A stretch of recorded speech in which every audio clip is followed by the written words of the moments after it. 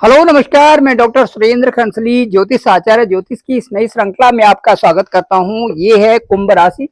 कुंभ राशि राशि चक्र की ठीक 11वीं राशि है और इस समय जो कुंभ राशि का जो गोचर है, ठीक कुंभ राशि के ऊपर राहु का गोचर चल रहा है।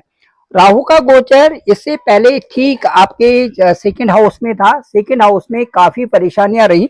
पिछले 2.5 सालों में काफी परेशानियां राहु के गोचर से आपके साथ में रही है। अभी जो राहु का गोचर है आपके मन के ऊपर है। जब भी राहु का गोचर 7.5 साल के 7.5 में होता है और उसके बाद जो 7.5 का जो टाइम होता है और उसके साथ साथ में जो राहु का गोचर आपकी राशि के ऊपर जब भी होता है, उस समय आपको विशेष ध्यान रखना चाहिए। एक तो राहु से संबंधित उपाय कराएं। दूसरा, इस समय राहु का गोचर जब आपके मन के ऊपर है, इस समय जितने भी धार्मिक स्थलों की आप यात्रा करते हैं, ये यात्राओं से राहु की शांति अपने आप ही हो जाती है।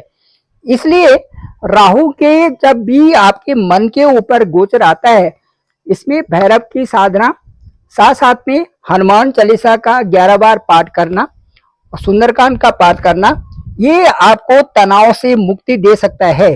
ये आपके क्रोधी स्वभाव से भी आपको मुक्ति दे सकता है। इसीलिए राहु का जब भी गोचर इस तरह से जैसे कि कुंभ राशि में अभी हो रखा है, ये ठीक 1.5 साल यानी 18 महीने के लिए यहाँ पर रहेगा। इस दौरान आप जितने ज्यादा धार्मिक जगहों में जाते हैं, ये आपके लिए बहुत ही सुखप्रद होता है। इसके साथ साथ में शनि आपके द्वितीय हाउस में है। द्वितीय हाउस में शनि होने का मतलब सीधे सीधे अभिप्राय ये है कि 7.5 का दौर जो कि 5 साल का है, वो आपने कंप्लीट कर लिया है और अब जो रिमेनिंग ईयर्स है 2.5 ईयर्स, वो आपके सेकंड हाउस में है, जहां पर वाणी का स्थान है, जहां पर धन और कुटुंब का स्थान है। इस स्थान को हम इन्वेस्टमेंट का स्थान भी कहते हैं, क्रेडिट और लिक्विड का स्थान भी हम इसे कहते हैं। अब जो सेकंड हाउस में जहां पर सैटर्न है, इसके आपके लिए बहुत ज्यादा महत्ता हो जाती है। इसके संबंध में आपको शनि की आराधना भी करनी चाहिए, शनि की उपासना भी करनी चाहिए और शनि से संबंधित जो व्रत है, शनिवार का जो व्रत है, उसे भी करना चाहिए। क्योंकि होरा के अनुसार शुक्रवार के बाद यदि अगले दिन का होरा हम बनाते हैं तो शनिवार का ही होरा आता है। इसलिए शनि से संबंधित जो दान है शनिवार के दिन, ये आपकी राशि के लिए बहुत ही बेहतर सिद्ध होगा। इसके साथ साथ में मैं ये कहना चाहूंगा आपको कि जो शनि के गोचर से जो प्रभाव है वो इस तरह से है। शनि का जो एस्पेक्ट है, सबसे पहले जो दृष्टि है आपके चतुर्थ हाउस में है।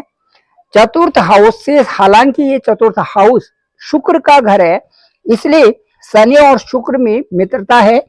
यहाँ पर आपके कई कार्य हो सकते हैं, लेकिन कार्यों में थोड़ा विलंब यहाँ पर जरूर हो सकता है, क्योंकि ये शनि के स्वभाव के अंतर्गत ही आता है।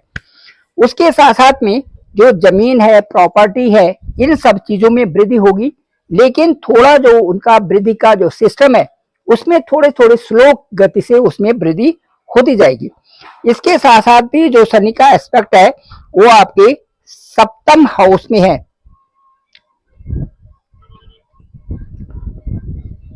तो यहाँ पर यदि हम शनि का एस्पेक्ट देखें तो जो आपके ठीक शनि का जो जो दशम दृष्टि है, वो आपके सीधे लाभ स्थान में है।